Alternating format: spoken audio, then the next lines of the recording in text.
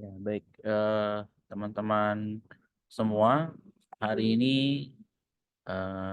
saya akan melakukan overview ya, pertemuan pertama kita mengenai cara eh, kita mengoperasikan Microsoft Word secara advance gitu. Artinya bagaimana penerapan Microsoft Word dalam kehidupan kita sehari-hari, terutama di bidang pendidikan, begitu. Jadi teman-teman semua, yang ingin saya share hari ini adalah bagaimana memanfaatkan fitur Style Pens ini, kemudian ada eh, pemanfaatan untuk daftar tabel otomatis, kemudian ada daftar tabel, ada daftar gambar dan daftar pustaka. Begitu. Untuk saat ini kita mulai dengan beberapa eh, yang harus kita buatkan begitu untuk project misalnya mengenai pembuatan proposal gitu. Nah, biasanya dalam pembuatan proposal teman-teman semua itu kan ada cover ya. Ada cover, kemudian kemudian ada kata pengantar, lalu ada daftar isi, kemudian ada daftar tabel,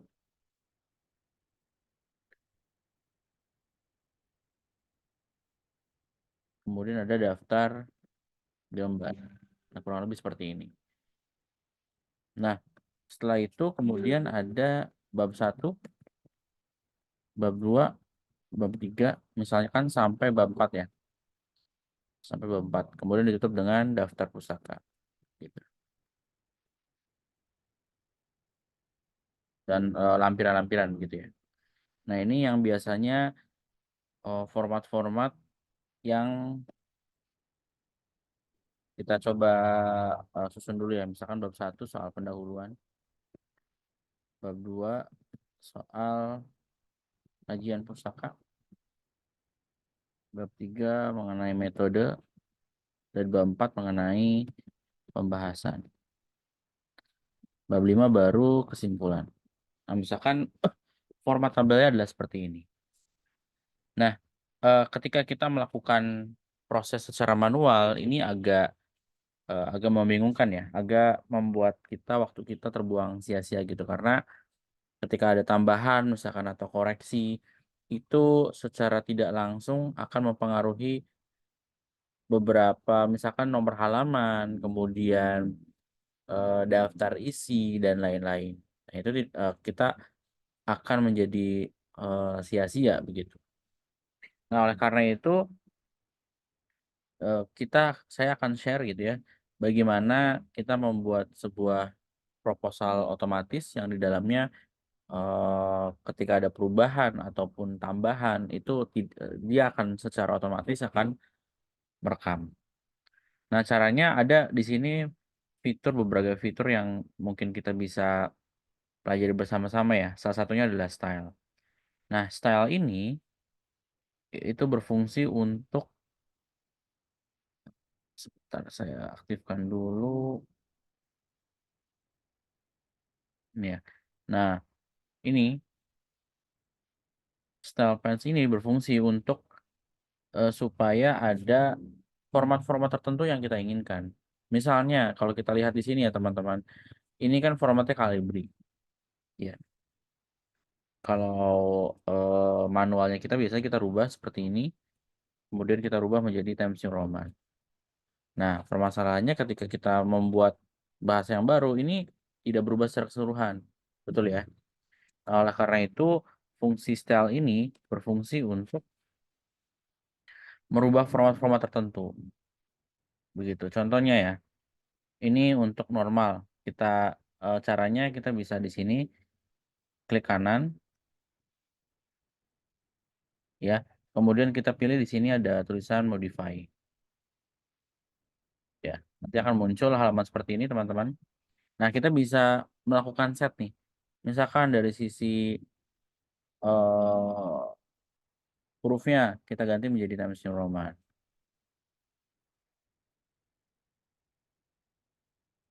Lalu kemudian misalnya ini rata kanan kiri begitu ya. Jadi supaya nanti setiap ada kita menggunakan sel ini ada rata kanan kiri dan segala macam.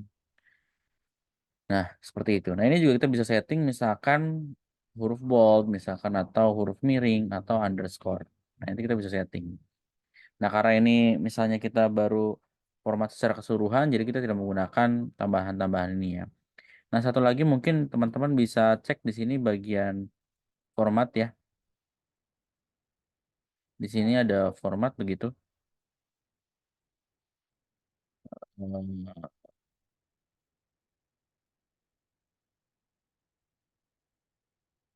Nah, di sini kita bisa klik format di sini. Kemudian ada lagi mungkin yang untuk kita rapikan bersama yaitu di huruf paragraf. Di sini paragraf fungsinya seperti format-format yang lain. Tujuannya adalah yang untuk kasus kita saat ini untuk supaya ada spasi di antara jarak antara baris satu dengan baris yang lain. Contohnya misalkan kita buat 1,5 ini barisnya ya. Jadi nanti barisnya seperti ini. Kita klik OK, kemudian kita di sini juga klik OK. Nah, nanti mereka akan berubah gitu ya format tabelnya. Jadi ketika kita misalnya di sini pun sudah otomatis Times New Roman. Seperti itu. Nah, kemudian setelah itu kita nanti untuk pengolahan headline ini juga menggunakan fitur style pen ini. Jadi nanti pada saat beberapa tertentu ini kita bisa langsung ke halaman berikutnya atau nanti fungsinya adalah untuk daftar pustaka. Nah, sebelum masuk ke tadi bagian daftar pustaka otomatis segala macam, di pertemuan kali ini saya juga ingin memperkenalkan ya beberapa fitur yang nanti pada saat minggu depan kita pelajari bersama, yaitu pembuatan proposal otomatis gitu.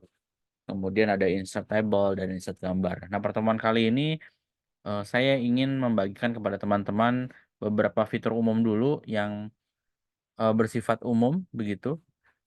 Dan nanti pada saat praktikum baru kita nanti bisa bisa mempelajari bersama ya secara step by step supaya tidak ada miskomunikasi dalam pembelajaran berikutnya. Nah, sekarang ceritanya di pembahasan selanjutnya setelah kita membuat style, saat kita kemudian pembelajaran kedua adalah kita membuat namanya insert table. Ya, biasanya pada saat kita membuat sesuatu gitu ya, contohnya misalkan seperti ini. Misalkan ada tabel seperti ini ya. Biasanya ada nomor, kemudian ada misalnya ada nama, ada kegiatan, ada jumlah. Misalkan seperti ini. Namanya Andi. Kegiatannya adalah membaca. Jumlahnya 3. Ada Budi. Kegiatannya menulis. Jumlahnya 2. Dan di sini ada Tina. Kegiatannya olahraga. Jumlahnya 5 gitu. Nah, biasanya dalam sebuah tabel ini itu harus disertakan caption ya. Biasanya misalkan gini, tabel 1 daftar nama kegiatan. Misalkan begini. Nah, itu kalau kita membuat secara manual. Ya. Nah, kenapa kita harus dilakukan secara otomatis? Nah, bayangkan ketika memang ada ratusan tabel begitu ya atau ratusan gambar yang perlu caption. Nah, itu ketika misalnya terjadi perubahan, nah itu akan membuat kita harus merubahnya satu-satu ya. Jadi harus berurutan gitu ya. Harusnya 1, 2, 3 dan lain-lain. Nah, dengan kita membuat beberapa penyesuaian ini, nanti kita bisa tidak perlu memikirkan format-format yang seperti ini gitu. Nah, itu enaknya. Nah, oleh karena itu biasanya kita menggunakan fitur di sini ada menu ya namanya reference. lalu kita bisa klik di sini insert caption ya. Nah, insert caption ini fungsinya ada banyak, bisa misalkan seperti ini ya. Misalkan kita ini kan table ya, misalkan kita buat dalam bahasa Indonesia. Nah, caranya di sini klik labelnya, ada 3 pilihan ya. Nah, ternyata tidak ada pilihannya nih. Adanya table dalam bahasa Inggris. Nah, kita bisa klik di sini ada klik new table, kita tulis di sini tabel. Jadi labelnya adalah tabel. Jadi nanti akan berbentuk seperti ini. Seperti itu. Nah, kalau sudah kita bisa klik oke. Jadi nanti dia akan terinfo seperti ini. Tabel 1 misalkan mengenai daftar kegiatan. Seperti itu. Nah, permasalahannya kemudian di sini nama tabelnya belum sesuai dengan format ya. Jadi kita bisa ganti nih. Ini dengan langsung seperti ini ya. Klik di sini kan udah normal, nanti dia akan otomatis berubah seperti ini. Gitu. Nah, misalkan ada lagi tabel kedua. Ini mengenai hal yang sama misalnya ya. Nah, kita tinggal klik reference lagi, kemudian kita klik insert caption. Nah, karena tadi sudah ada ya tabel yang sudah kita buat, jadi kita tidak perlu membuat tabel yang baru begitu. Jadi kita langsung klik OK, nanti akan muncul seperti ini. Ini daftar nama misalnya. Kemudian kita bisa rubah di sini menjadi normal. Gitu, seperti itu.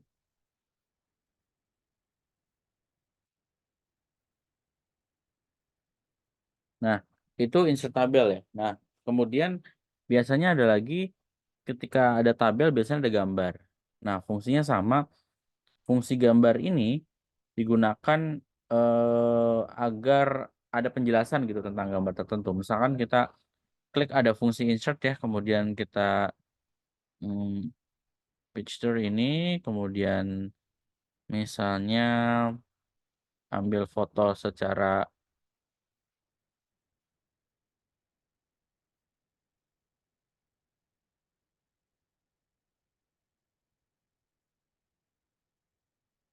misalkan apa ya?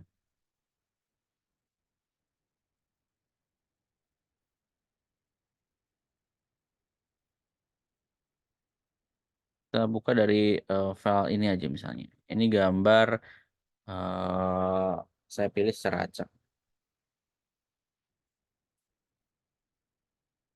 Ya, ada gambar di sini. Nah, biasanya gambar itu terletak di bawah. Sama seperti insert caption. Jadi ketika kita ingin menuliskan itu kan biasanya kalau secara manual kita tulis ya gambar titik satu eh, gambar X gitu begitu ya. Nah, ini juga sama ketika misalkan ada perubahan ini itu tidak bisa kita ganti secara otomatis, jadi harus secara manual.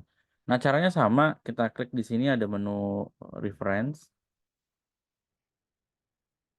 kemudian kita klik insert caption. Nah, tapi bedanya adalah kita harus membuat format baru, ya, membuat label baru. Karena di sini di daftar kita belum ada nih huruf gambar. Jadi kita harus buat label baru, kita buat namanya gambar. Gitu. Nanti akan seperti ini. Nah, ini juga sebetulnya bisa kita langsung masukkan gitu ya. Jadi misalkan gambar satu mengenai gambar ID di Indonesia. Jadi kita bisa langsung ketik di sini. Atau bentuk ya. Nah, nanti akan muncul seperti ini. Begitu. Kita bisa rubah menjadi normal supaya bentuknya ada di sini gitu.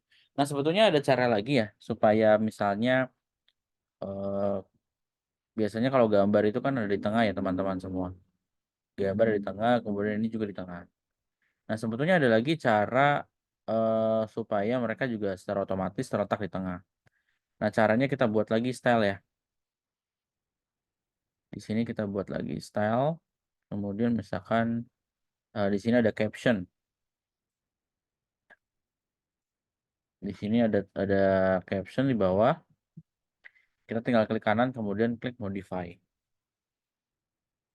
Lalu kita bisa rubah nih, misalkan dari sisi hurufnya menjadi 12. Kemudian gambarnya menjadi warna hitam dan tidak perlu ada italik ya, tapi biasa saja gambarnya dan letaknya di tengah. Ya. Setelah itu kita klik OK. Jadi nanti dia akan secara otomatis akan di tengah. Begitupun dengan ini ya. Di caption yang tabel kita bisa klik misalkan jadi caption. Jadi sehingga letaknya ada di tengah semua. Seperti itu. Jadi itu beberapa fungsi insert tabel dan insert uh, picture gitu. Nah, selanjutnya misalkan kita membuat daftar tabel begitu ya. Jadi kita format dulu nih. Misalkan ada kita buat format halaman begitu ya. Kita klik mana ya?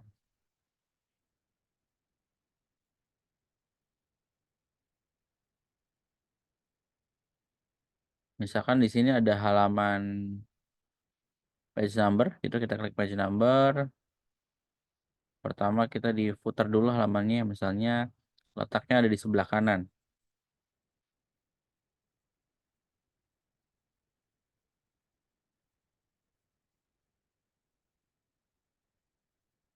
Oke, ini aja ya.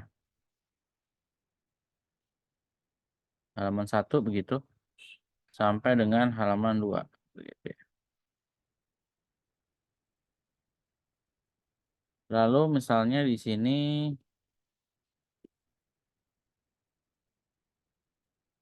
kita tulis daftar tabel.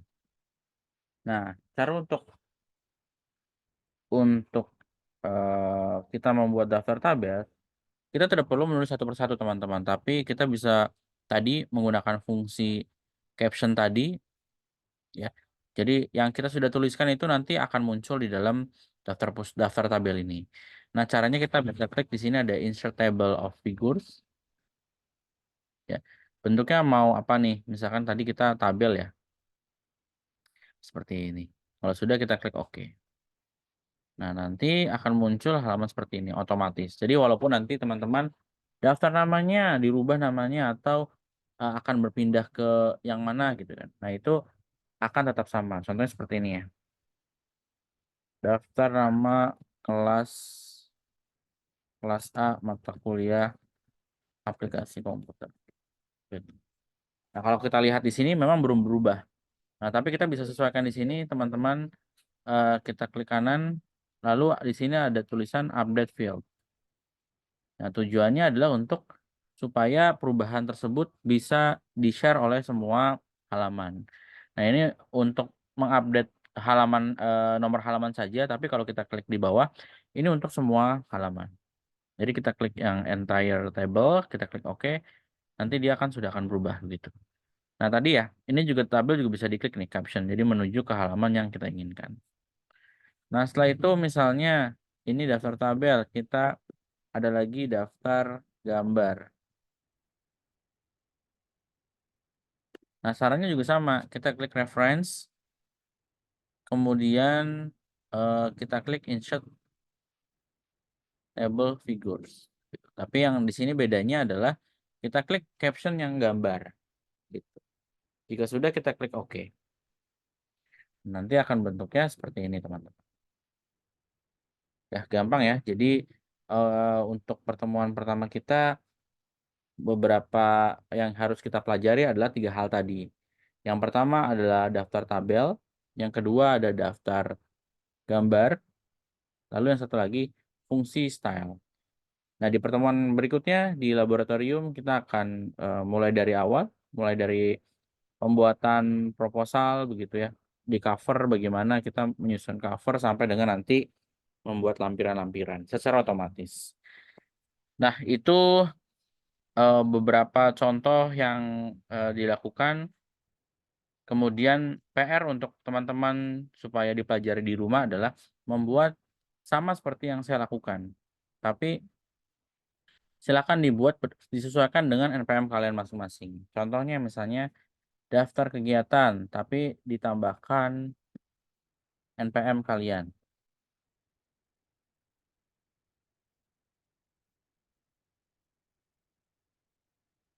Nama, kemudian NPM, seperti ini ya. Jadi setiap captionnya nanti ada nama dan NPM kalian. Seperti itu. Ya. Nanti setelah itu dikumpulkan di ketua kelas dengan format format nama filenya sebagai berikut, yaitu nama, NPM atau nomor induk mahasiswa kalian, kemudian di sini tertulis tugas 1 mengenai caption dan reference. Seperti itu. Ya. Nanti silakan dikumpulkan di link drive-nya ketua kelas. Jadi kalian bisa mengumpulkan menjadi satu ya dalam bentuk file Word. Di minggu depan kita akan coba pelajari bersama mengenai yang sudah kita pelajari dan ini nanti akan lebih kompleks begitu. Ya itu saja mungkin dari saya untuk pertemuan kali ini. Semoga bisa membantu eh, teman-teman semua untuk kebermanfaatan studi kalian ke depannya. Saya tutup pertemuan kali ini. Assalamualaikum warahmatullahi wabarakatuh.